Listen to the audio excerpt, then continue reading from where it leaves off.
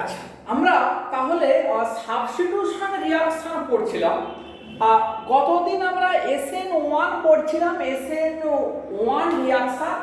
তো জাস্ট অল্প একটু যদি আমরা রিক্যাপিচুলেট করি যে SN1 এ কি ছিল না, ইউনিমলিকুলার টু স্টেপ রিঅ্যাকশন, দুটো স্টেপের রিঅ্যাকশন। প্রথম স্টেপটা স্লো, সেটাকেই বলেছিলাম RDS বা রেট ডিটারমাইনিং স্টেপ, এবং সেই জন্য প্রথম স্টেপের রিঅ্যাকশন রেটটার উপরে পুরো রিঅ্যাকশনের রেট ডিপেন্ড করবে। তাহলে রেট এক্সপ্রেশনটা কি হবে এরকমই, মানে একটা কে তো রেট কনস্ট্যান্ট আর only concentration of the substrate involved. তাহলে এই যে একটা মাত্র স্পিসিসের কনসেন্ট্রেশন ইনভলভড, এই জন্যই এই রিঅ্যাকশনকে বলা হচ্ছে ইউনিমলিকুলার বা ওয়ান, এইটাই আমরা বলেছি। এবং আমরা অ্যাক্ট বা অ্যাক্টিভেশন এনার্জি কনসেপ্ট পড়েছি। কি সেটা না, এই রিঅ্যাক্ট্যান্ট ইন্টারমিডিয়েট থেকে এই প্রোডাক্ট, রিঅ্যাক্ট্যান্ট ইন্টারমিডিয়েট এই প্রোডাক্ট এই ট্রানজিশন স্টেটের সঙ্গে রিঅ্যাক্ট্যান্টের এনার্জি ডিফারেন্সকে বলেছি আমরা অ্যাক্টিভেশন এনার্জি বা অ্যাক্ট। বেশ, তো এবারে গত ক্লাসে লাস্ট আমরা বলেছিলাম স্টিরিওকেমিস্ট্রি। স্টিরিওকেমিস্ট্রিতে কি আমরা বলেছি না, সাবস্ট্রেটটা যদি কাইরাল হয়, সাবস্ট্রেটটা হচ্ছে কাইরাল এবং অপটিক্যালি পিওর, কাইরাল এবং অপটিক্যালি পিওর, এবং এই লিভিং গ্রুপটা directly attached with the chiral centre. Living group is directly attached with the chiral centre. তাহলে এটা শুধু কাইরাল এবং তার সঙ্গে এটা অপটিক্যালি পিওর। তখন যদি SN1 রিঅ্যাকশন হয়, তখন যে প্রোডাক্টটা পাবো সেটা হবে প্লাস মাইনাস রেসিমিক মিক্সচার। তার কি কারণ না, reaction goes via the carbocation intermediate which is sp2 planar, যে কিনা sp2 প্ল্যানার মানে এই রকমই sp2 প্ল্যানার। এই হলো এবারে নিউক্লিওফাইল এর উপরের লোবেও অ্যাটাক করতে পারে, নিচের লোবেও অ্যাটাক করতে পারে ইকুয়াল পসিবিলিটিতে। সেই জন্যই আমরা বলে কি বলেছি যে প্রোডাক্টটা পাবো সেটা হবে প্লাস মাইনাস রেসিমিক মিক্সচার। বেশ, এইটা আমরা পড়েছি। আচ্ছা, এইবারে আমরা আস্তে আস্তে আসি যে SN1 এ নেচার অফ সাবস্ট্রেটের কথা আমরা বলি।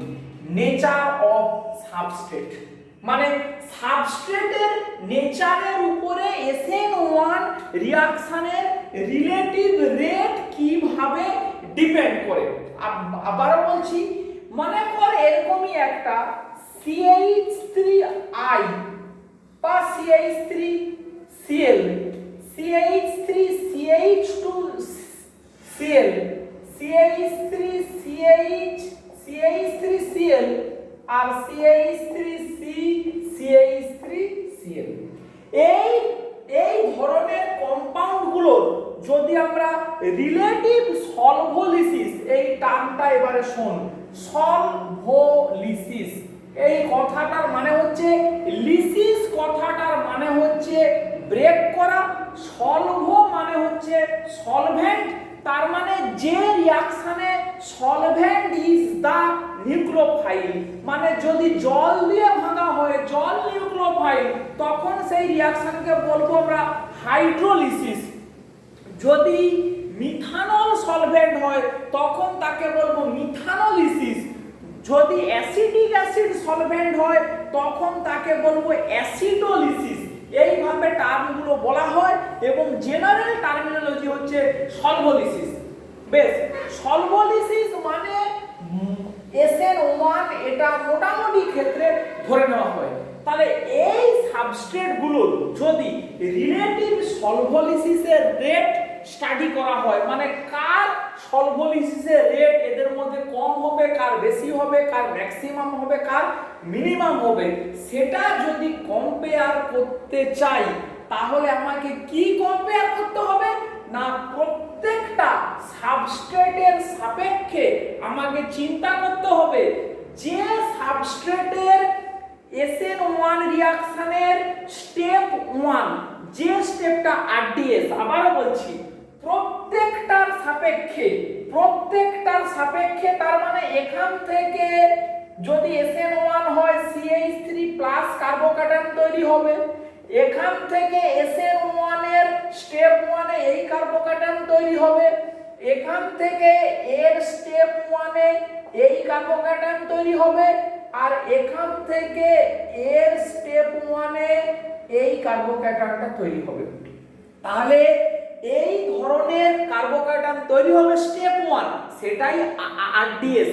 তাহলে আমরা শুধুমাত্র ওই RDS টাকেই কিন্তু কনসিডার করব।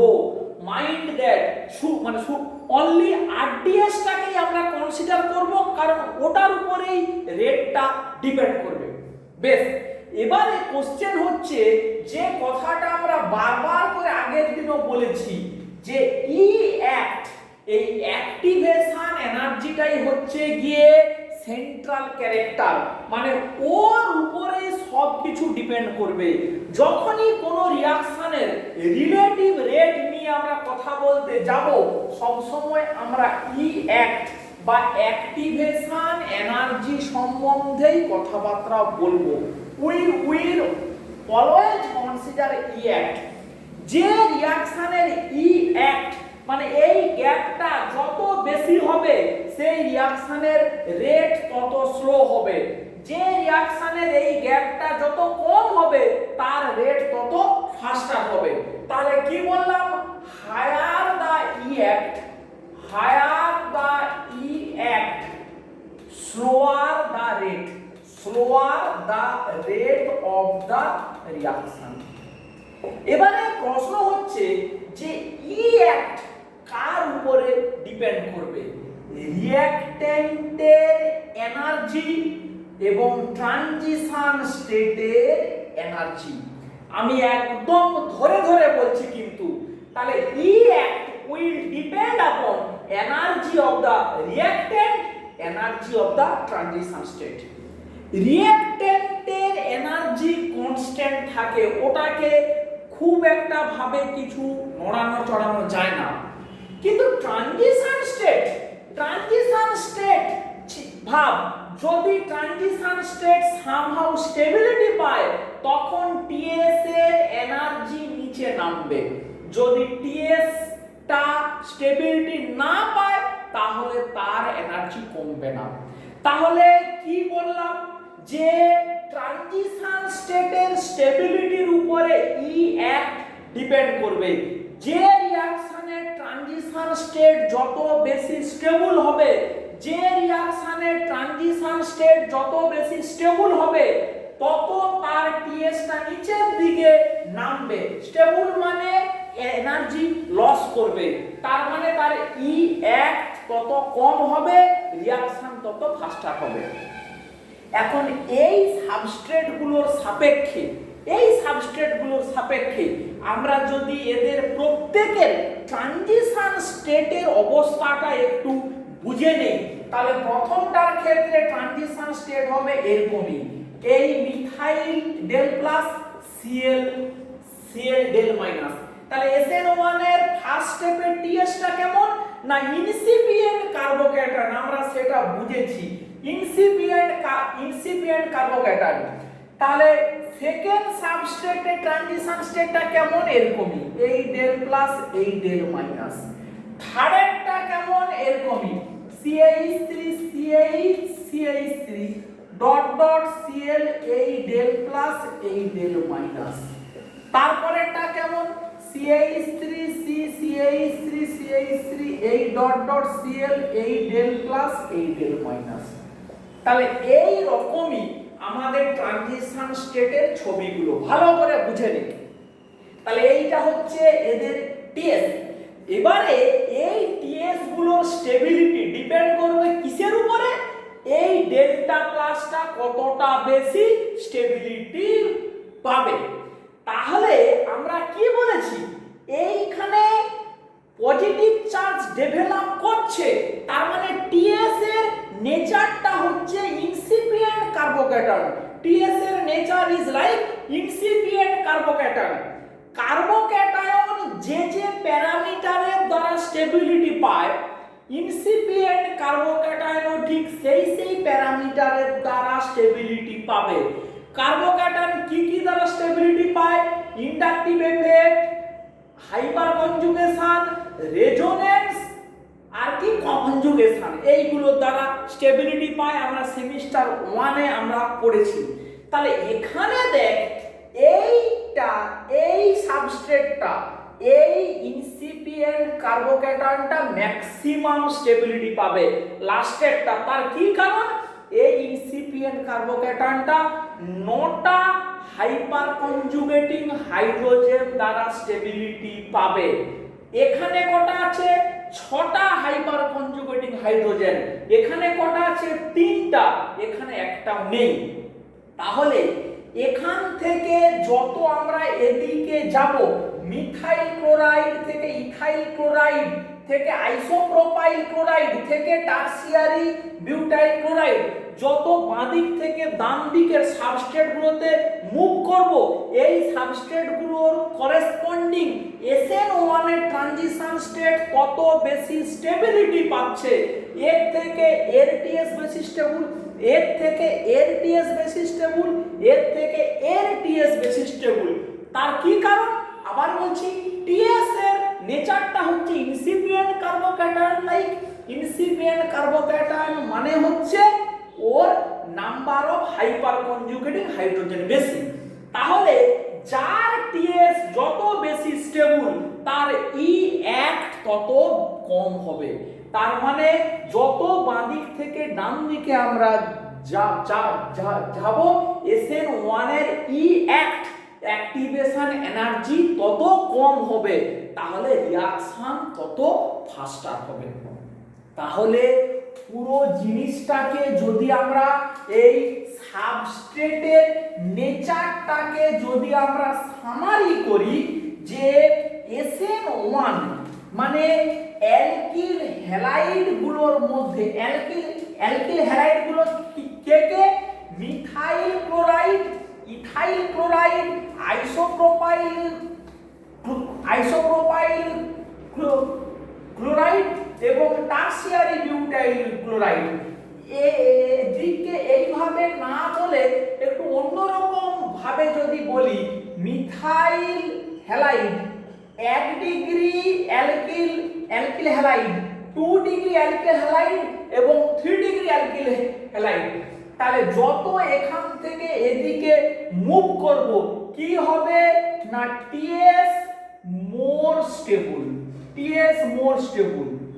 সামারি করে বলছি, ই অ্যাক্ট লো, মানে যত এপাশ থেকে যাব এদিকে ই অ্যাক্ট তত কম হবে। তাহলে কি হবে? Rate of SN1 reaction increases. তাহলে সামারিটা আমরা করতে পারলাম যে কিভাবে, তার মানেটা কি? এরকম করে একটা ছবি আমরা ড্র করতে পারি যে মিথাইল ক্লোরাইডের ক্ষেত্রে যদি এরকমই হয় ছবিটা, তাহলে ইথাইল ক্লোরাইডের ক্ষেত্রে ছবিটা হবে এরকমই। মানে মিথাইলের ই অ্যাক্ট যা, ইথাইলের ই অ্যাক্ট কম, আইসোপ্রোপাইলের ই অ্যাক্টটা আরো কম, আর পি বিউটাইলের ই অ্যাক্টটা আরো কম। এইভাবে একটা আমরা ছবি ড্র করতে পারি। যত যাব ই অ্যাক্ট কমবে, because TS will get more stabilised, TS will get more stabilised.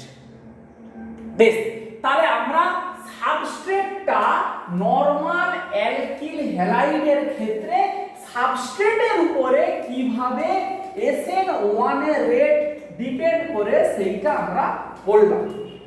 এরপরে দেখ কিছু স্পেশাল টাইপের সাবস্ট্রেটের কথা বলবো, যাদের আমরা কম্পেয়ার করব না, কিন্তু ওদের SN1 এর রেট খুব বেশি হবে না খুব হবে কম, সেই সম্বন্ধে আমরা একটু বোঝার চেষ্টা করব।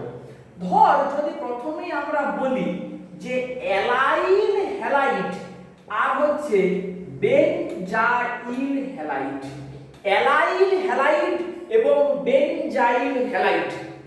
অ্যালাইল হ্যালাইডের স্ট্রাকচারটা কেমন? CH2 double bond CH CH2X, এইটা হচ্ছে অ্যালাইল হ্যালাইডের স্ট্রাকচার।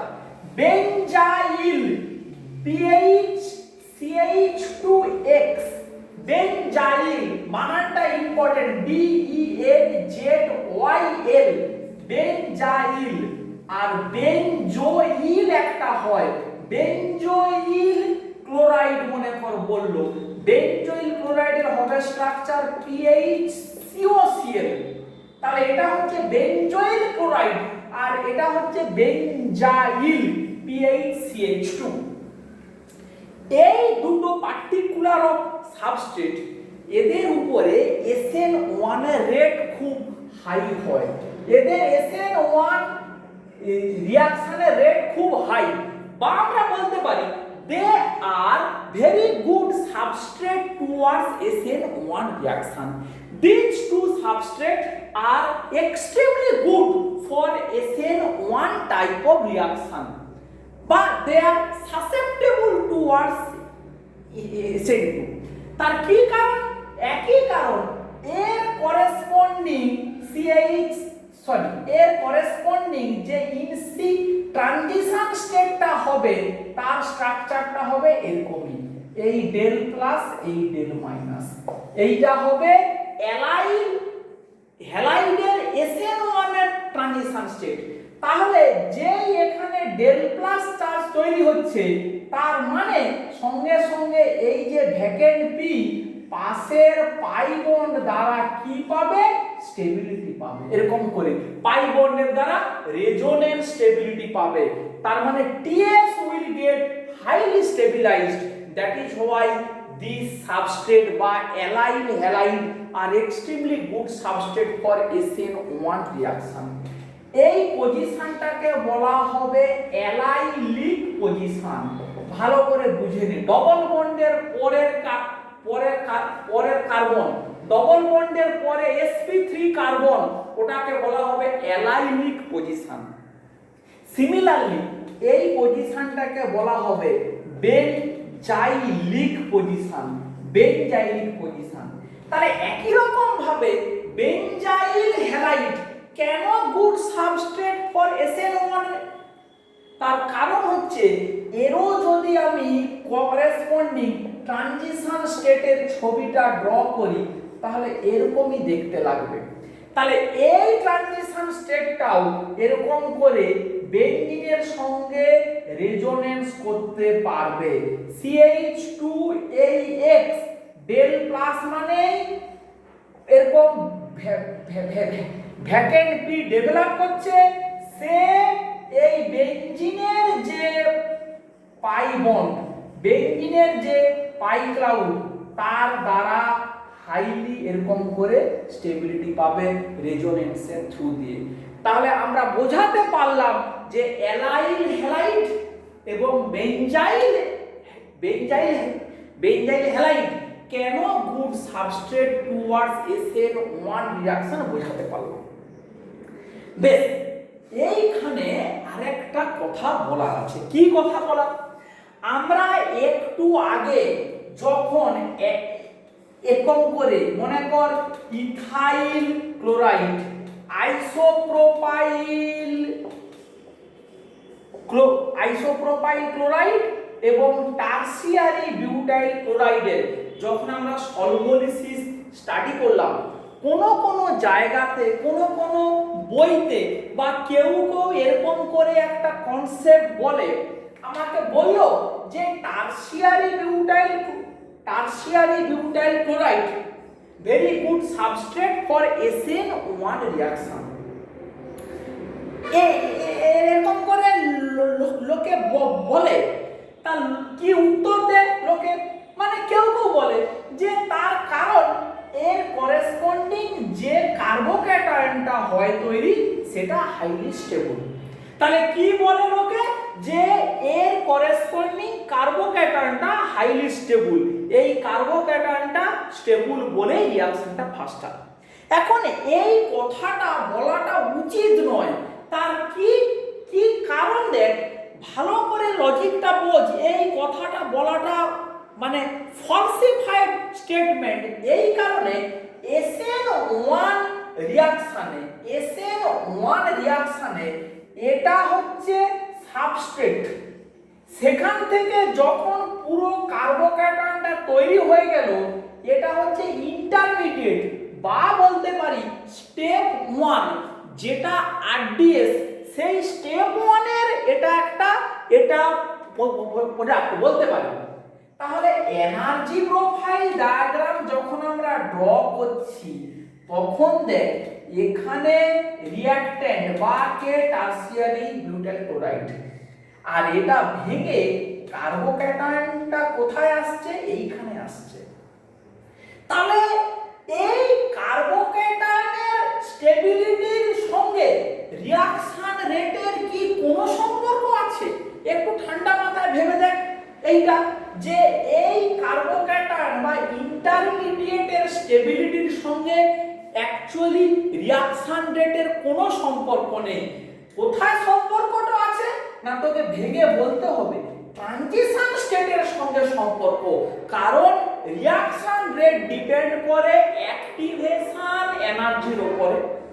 অ্যাক্টিভেশন এনার্জিটা হচ্ছে energy difference between transition state and the reactant, সেখানে ইন্টারমিডিয়েটের স্টেবিলিটির সঙ্গে কোনো সম্পর্ক নেই। লজিকটা আলটিমেটলি হয়তো ঘুরে ফিরে ওখানে আসবে, কিন্তু ওটা বলা উচিত নয়।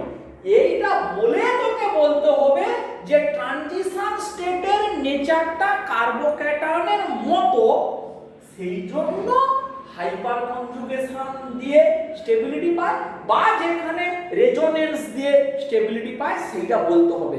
তার মানে আমাকে বলতে হবে কিন্তু ট্রানজিশন স্টেটের স্টেবিলিটির কথা, আমি কিন্তু ওইটা ভেঙে গিয়ে পুরো কার্বোক্যাটায়নের স্টেবিলিটির কথা বলাটা কিন্তু উচিত নয়, সেটা কিন্তু ভুল হয়ে গেল। কারণ পুরোটা ভেঙে গিয়ে যখন পুরো কার্বোক্যাটায়নটা তৈরি হচ্ছে, সেটা কিন্তু ইন্টারমিডিয়েট, ওই ইন্টারমিডিয়েটের সঙ্গে কিন্তু রিঅ্যাকশন রেটের অ্যাজ সাচ কোনো সম্পর্ক নেই।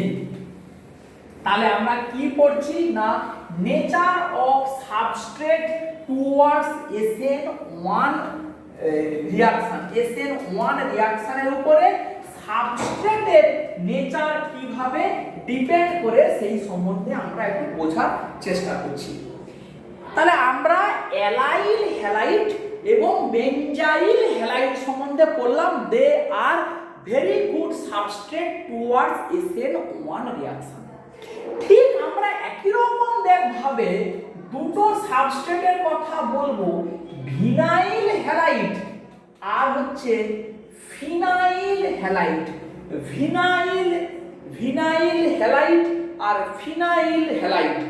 ভিনাইল হ্যালাইডের স্ট্রাকচারটা এরকমই, CH2 double bond CHX।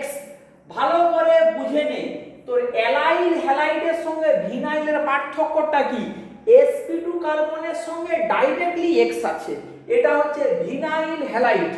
Phenyl halide মানে PHX, মানে ক্লোরোবেনজিন, ব্রোমোবেনজিন এটসেট্রা।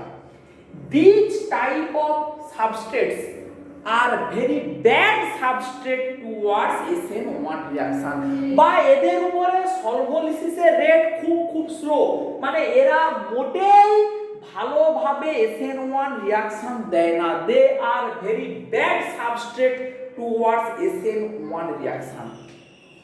তার কি কারণ? তার কারণটা এইরকমই দেখ। প্রথম কথা হচ্ছে, যদি আমরা ভিনাইল হ্যালাইডের কথাতে আসি, প্রথম স্টেপে কি হয়, এইটা ভেঙে বেরিয়ে যায়, এরকমই একটা কার্বোক্যাটায়ন তৈরি হওয়া উচিত SN1, তাই তো হয়।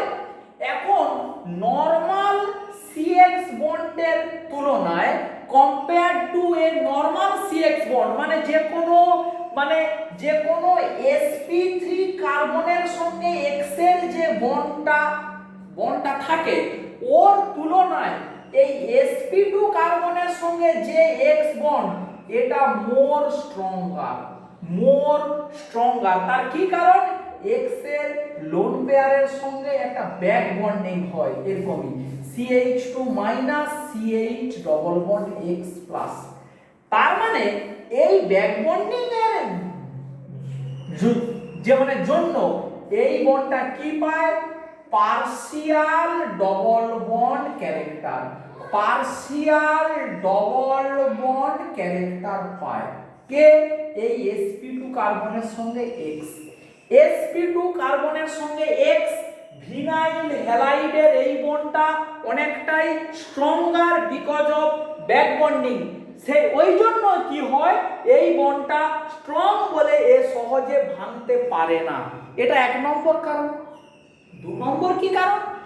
ভিনাইল ক্যাটায়ন বা এর করেসপন্ডিং যে ট্রানজিশন স্টেট যেটা এরকমই CH2 double bond CHX del minus del plus এর কোনো স্টেবিলিটি নেই। তার কি কারণ? আমরা অলরেডি সেমিস্টার 1 এ পড়েছি ভিনাইল কার্বোক্যাটায়নের ওই পজিটিভ চার্জটা কিন্তু কোনোভাবেই এই ডবল বন্ডের দ্বারা স্টেবিলিটি পায় না। তার কি কারণ? তার এই কারণ যে এইটা যদি আমার এক্সিস্টিং ডবল বন্ডের হয় তাহলে যে পজিটিভ চার্জটা জেনারেট করছে সেটা অন্য পারপেন্ডিকুলারে, মানে এটা যদি PZ হয় এটা হবে PY। ডবল বন্ডটা যদি PY প্লেনে থাকে তাহলে এই প্লাস চার্জটা কোথায় ডেভেলপ করছে? তার পারপেন্ডিকুলার প্লেন বা PZ এ। ফলে এ কখনোই এর সঙ্গে ওভারল্যাপ করতে পারে না, সেই জন্য ও স্টেবিলিটি পায় না। ফলে ভিনাইল কার্বোক্যাটায়ন আর আনস্টেবল, সেই জন্য তার করেসপন্ডিং যে ইনসিপিয়েন্ট কার্বোক্যাটায়ন সেটাও আনস্টেবল। তাহলে ভিনাইল হ্যালাইড কেন SN1 দেয় না? 2টো কারণ। একটা হচ্ছে কার্বন হ্যালোজেন বন্ডটার মধ্যে পার্শিয়াল ডবল বন্ড ক্যারেক্টার আছে বলে ওটা ভাঙা শক্ত, 1 নম্বর। 2 নম্বর কারণ কি, ওটা যদি ভাঙতেও চায় করেসপন্ডিং ট্রানজিশন স্টেটটার কোনো স্টেবিলিটি নেই, কারণ ওই পজিটিভ চার্জটা পারপেন্ডিকুলার লোবে তৈরি হয় যে কিনা ডবল বন্ডের দ্বারা স্টেবিলিটি পায় না। এই কারণে ফিনাইল হ্যালাইড ঠিক একই কারণ। ফিনাইল হ্যালাইড X এই বন্ডটাও কি পায়? একই রকমই partial double bond character X এর লোন পেয়ার দিয়ে ব্যাক বন্ডিং, ফলে এটাকে ভাঙা কষ্ট। এটা একটা কারণ। আর একই ভাবে যখন এটা ভেঙে বেরোতে চাচ্ছে, এই যে ডেল প্লাস চার্জ এই ডেল মাইনাস এইটা পারপেন্ডিকুলারে, মানে এইগুলো যদি হয় PY তাহলে এইটা তৈরি হয় PZ একই রকমই। তাহলে ফিনাইল ক্যাটায়নের স্টেবিলিটি নেই। তাহলে এই দুটো substrate very bad substrate towards SN1 reaction. এইটা আমরা বললাম। বেশ, তাহলে এইটা কি গেল? SN1 এর উপরে সলভেন্টের এফেক্ট, সরি SN1 রিঅ্যাকশনের উপরে সাবস্ট্রেটের এফেক্ট, সাবস্ট্রেটটার উপরে কিভাবে ডিপেন্ড হচ্ছে। এইবারে আমরা আজকে একটা কনসেপ্ট একটু শুরু করব, দেখ একটু সময় লাগবে। সেই কনসেপ্টটা হচ্ছে যে স্লোয়েস্ট স্টেপ কেন RDS, স্লোয়েস্ট স্টেপ কেন RDS, একটু ঠান্ডা মাথাতে এটাকে বুঝতে হবে। Why slowest step is the RDS, মানে কি একটা কোনো কেমিক্যাল রিঅ্যাকশন A থেকে B তে যাচ্ছে, B থেকে C, C থেকে D, D থেকে E তে যাচ্ছে। মনে কর finally A is converted to E via B, C, D। তাহলে এটা হচ্ছে স্টেপ 1, স্টেপ 2, স্টেপ 3, স্টেপ 4। তাহলে এই রিঅ্যাকশন একটা আলটিমেট রেট আছে। আলটিমেট রেট কি রেট? সময়ের সাপেক্ষে কতটা ই তৈরি হচ্ছে, that is the ultimate rate. এবং প্রত্যেকটা ইন্ডিভিজুয়াল স্টেপের, স্টেপ 1, স্টেপ 2, স্টেপ 3, স্টেপ 4, প্রত্যেকটা ইন্ডিভিজুয়াল স্টেপেরও একটা করে রেট আছে। প্রত্যেকটা ইন্ডিভিজুয়াল স্টেপেরও একটা রেট আছে। এখন এই প্রত্যেকটা ইন্ডিভিজুয়াল স্টেপের যে রেট, তাদের মধ্যে কম্পেয়ার করলে যেটা সবথেকে স্লো হবে, যে স্টেপটার রেট সবথেকে কম হবে, সেইটাই হবে আলটিমেট রিঅ্যাকশনের রেট। মানে ultimate rate of the reaction will depend upon the slowest step. এটাকে কিভাবে এক্সপ্লেন করা যায়? সবথেকে ওয়েল অ্যাকসেপ্টেড এরকমই একটা জিনিসকে যদি একটু কনসিডার করিস, কি সেই জিনিসটা? না, তোরা বাড়িতে জলের পাইপলাইন দেখেছিস? জলের পাইপলাইন, জলের পাইপলাইন পাইপগুলো ডিফারেন্ট রেডিয়াসের হয়, কোনোটা মোটা, কোনোটা সরু, কোনোটা ওর থেকেও সরু, মানে বিভিন্ন রেডিয়াসের জলের পাইপলাইন পাওয়া যায়।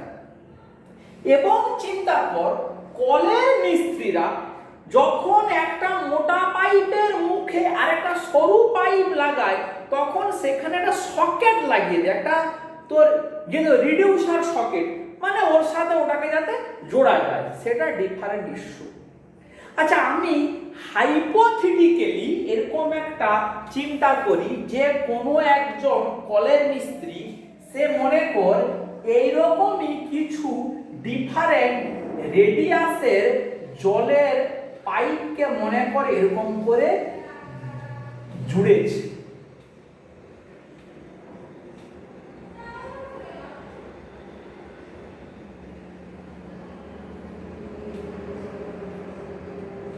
এরকম করে কিছু হাইপোথেটিক্যালি এরকম করে ডিফারেন্ট রেডিয়াসের জলের পাইপকে পরপর করে জুড়েছে। তাহলে সবথেকে বড় রেডিয়াসের কোনটা? এইটা। এখানে ধরে নেই 10 লিটার পার মিনিট এই বেগে জল এই মোটা পাইপটার ভেতর দিয়ে যেতে পারে। তারপরে মোটা পাইপটা কোনটা? এইটা। এখানে মনে কর 8 লিটার পার মিনিট এই রকমই বেগে জলটা যেতে পারে। তারপরে কোনটা? মনে কর এইটা। এটাতে মনে কর 7 লিটার পার মিনিট বেগে জল যেতে পারে। তারপরে কোনটা? এটা। মনে কর 6 লিটার পার মিনিট বেগে জলটা যেতে পারে। তারপরে কোনটা? মনে কর এইটা। 5 লিটার পার মিনিট বেগে জল যেতে পারে। তারপরে কোনটা? এইটা। মনে কর 4 লিটার পার মিনিট বেগে জলটা যেতে পারে। আর সব থেকে কোনটা সরু? এইখানটায়। এখানটা মনে কর 2 লিটার পার মিনিট বেগে জল যেতে পারে, মানে ফুল ক্যাপাসিটি। ভালো করে এই ব্যাপারটাকে বলছি, আবার শুনে নিন। একজন কলের মিস্ত্রি ডিফারেন্ট রেডিয়াসের পাইপকে এরকম করে জুড়ে দিল। সব থেকে মোটা পাইপ এইটা, তারপরে এটা, তারপরে এটা, তারপরে এটা, তারপরে এটা, তারপরে এটা, তারপরে এটা, এরকম মানে এরকম করে ডিফারেন্ট রেডিয়াসের জলের পাইপকে জোড়া আছে। প্রশ্ন হচ্ছে, একজন লোক এই মুখটাতে এপাশ থেকে জল ঢোকাবে, এপাশ থেকে জল বেরোবে। সে লোকটা মনে করে এখানে ফুল স্পিডে জল ঢোকাচ্ছে, তার মানে এখানে শুরু হলো এই মোটা পাইপের ভেতর দিয়ে ম্যাক্সিমাম ক্যাপাসিটিতে জল যাচ্ছে। সেই ম্যাক্সিমাম ক্যাপাসিটিটা কত? 10 লিটার পার মিনিট বেগে এখানে জলটা ঢুকছে। প্রশ্নটা হচ্ছে, এই মুখ দিয়ে কত বেগে জল বেরোবে? এই মুখটার ভেতর দিয়ে ফাইনালি এখানটায় হচ্ছে আউটপুট, এখান থেকে কত লিটার বেগে জল বেরোবে? প্রশ্ন হচ্ছে এইটা। আবারও বলছি, ডিফারেন্ট রেডিয়াসের পাইপকে এরকম করে জুড়ে দেওয়া হয়েছে।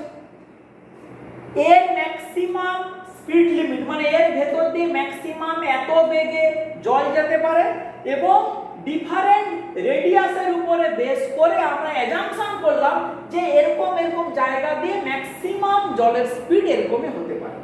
বেশ, এখন প্রশ্ন হচ্ছে এর মুখ দিয়ে কত বেগে জল বেরোবে। প্রথমেই যারা ভুল উত্তর তা মানে তারা কি বলবে যে এই মুখটার ম্যাক্সিমাম যখন জল প্রবাহের ক্যাপাসিটি 5 লিটার পার মিনিট, তাহলে ওইটাই হওয়া উচিত, মানে এর মুখ থেকে 5 লিটার পার মিনিট এই বেগে জল বেরোনো উচিত। উত্তরটা হচ্ছে ভুল, ওটা উত্তর নয়।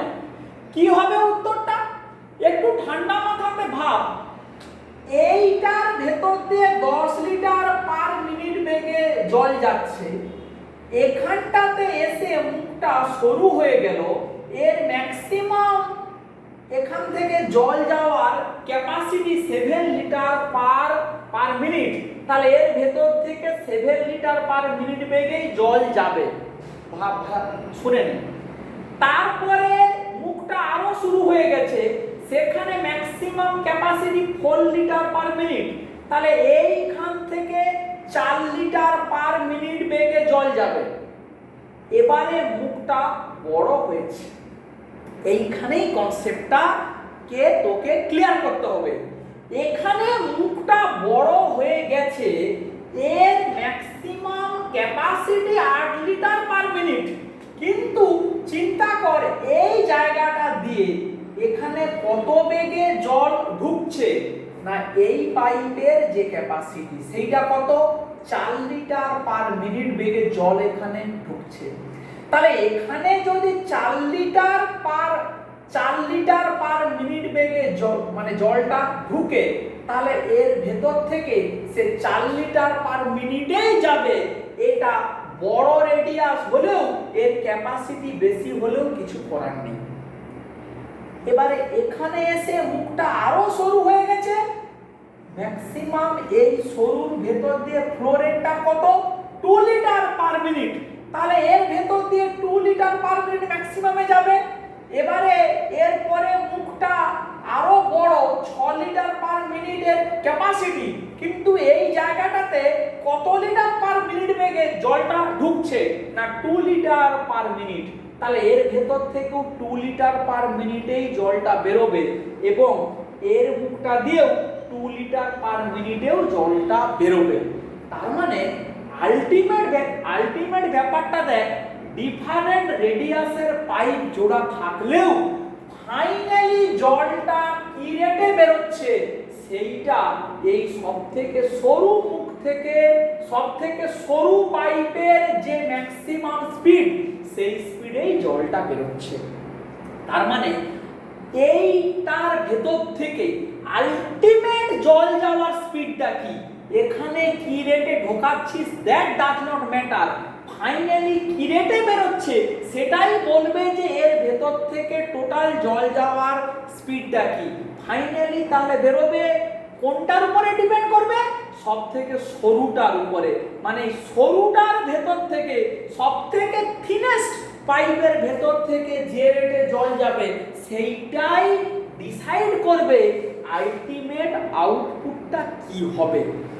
এইবারে এই কনসেপ্টটাকে রিঅ্যাকশন রেটে ফেলে দেখ ঠান্ডা মাথায় চোখ বুজিয়ে ভাব কেন বলা হয় slowest step is the RDS.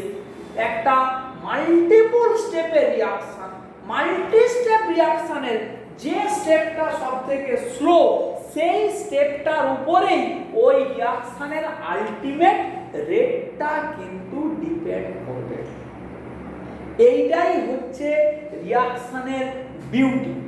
এবারে এরকম একটা বাস্তব এক্সাম্পলও একটু ভাব, এই কনসেপ্টটা কিন্তু খুব জরুরি কনসেপ্ট। মনে কর একটা রাস্তাতে ট্রাভেল করছিস, মনে কর একটা স্টার্টিং পয়েন্ট গিয়ে তোর হলদিয়া থেকে বাসে উঠে মনে কর আলটিমেটলি মেছেদাতে পৌঁছতে হবে। এখন হলদিয়া থেকে মনে কর 5 মিনিট ডিফারেন্সে 10টা বাস মনে কর ছাড়লো, 5 মিনিট গ্যাপে 10টা বাস ছাড়লো, বা মনে কর আর একটু গ্যাপটা কমিয়ে দিই, 2 মিনিট গ্যাপে বাস ছাড়লো। বাসগুলোর স্পিড মনে কর সেম, সবাই মনে কর 100 কিমি/আওয়ার গতিবেগে ছুটছে। তাহলে এটাকে এক্সপেক্ট আমরা করতে পারি মেছেদাতে সব বাসগুলো ওই 2 মিনিট গ্যাপে গ্যাপে গিয়ে পৌঁছবে।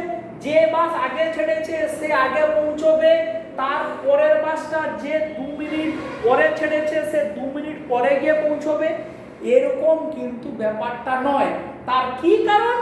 না, মেছেদা ঢোকার আগে একটা জায়গাতে টোল প্লাজা আছে, যেখানে পয়সা দিতে হয়, সেখানে পুরো জ্যাম হয়ে যায়, বিশাল সেখানে লাইন পড়ে, এবং সেখানে সরু সরু চ্যানেল করা আছে যার ভেতর থেকে একটা একটা গাড়ি পাস করতে পারে, এবং সেখানে মাল্টিপল চ্যানেল করা আছে। তাহলে যে বাসগুলো এসছিল তা সবাইকে ওখানে দাঁড়াতে হবে। তার মানে যে বাসটা চালাকি করে যে রোতে কম গাড়ি আছে বা যে রোটা ওদের মধ্যে একটু ফাস্ট, মানে সব চ্যানেলে কিন্তু গাড়ি একভাবে যেহেতু ছাড়ে না, কারণ যে লোকটা পয়সা নিচ্ছে সে কতটা স্পিডে গাড়িগুলোকে ছাড়তে পারে তার উপরে ডিপেন্ড করবে ওই চ্যানেলে ওই মানে গাড়ির মুভমেন্ট কতটা হবে। ভালো করে চিন্তা কর। তার মানে বাসগুলো এখান থেকে আগে পরে ছাড়লেও টোল প্লাজাতে কে আগে বেরোতে পারবে তার উপরেই কিন্তু ডিপেন্ড করবে মেছেদাতে কে আগে পৌঁছবে। তার মানে টোল প্লাজাতে জ্যাম হচ্ছে, ওইখানে স্পিডটা কন্ট্রোল হয়ে গেল। কে আগে পরে ওখান থেকে ছেড়ে এসছে সেটা ইম্যাটেরিয়াল, ওখানে কে আগে বেরোতে পারবে সেই আগে মেছেদা কিন্তু পৌঁছবে। তার মানে ওখানেই ক্লিয়ার হয়ে গেল slowest step is the RDS, মানে স্লো স্টেপের যে স্টেপটা আরডিএস সেই স্টেপটাই কন্ট্রোল করবে বেসিক্যালি আলটিমেট রিঅ্যাকশনের রেট। এই কনসেপ্টটা কিন্তু অত্যন্ত ইম্পর্টেন্ট। ভালো করে বারবার করে বুঝে বুঝে শুনবি, ভিডিওটাকে বারবার রিপিট করে করে একটু শোনার চেষ্টা করবি। আজকের ক্লাসটা এখানেই শেষ করছি আমরা। তাহলে কি আমরা বললাম, SN1 এর সাবস্ট্রেটের উপরে ডিপেন্ড করছে। সাবস্ট্রেটের ট্রানজিশন স্টেট যত বেশি স্টেবল হবে সেইটার E1 তত কম হবে, রিঅ্যাকশন তত ফাস্টার হবে।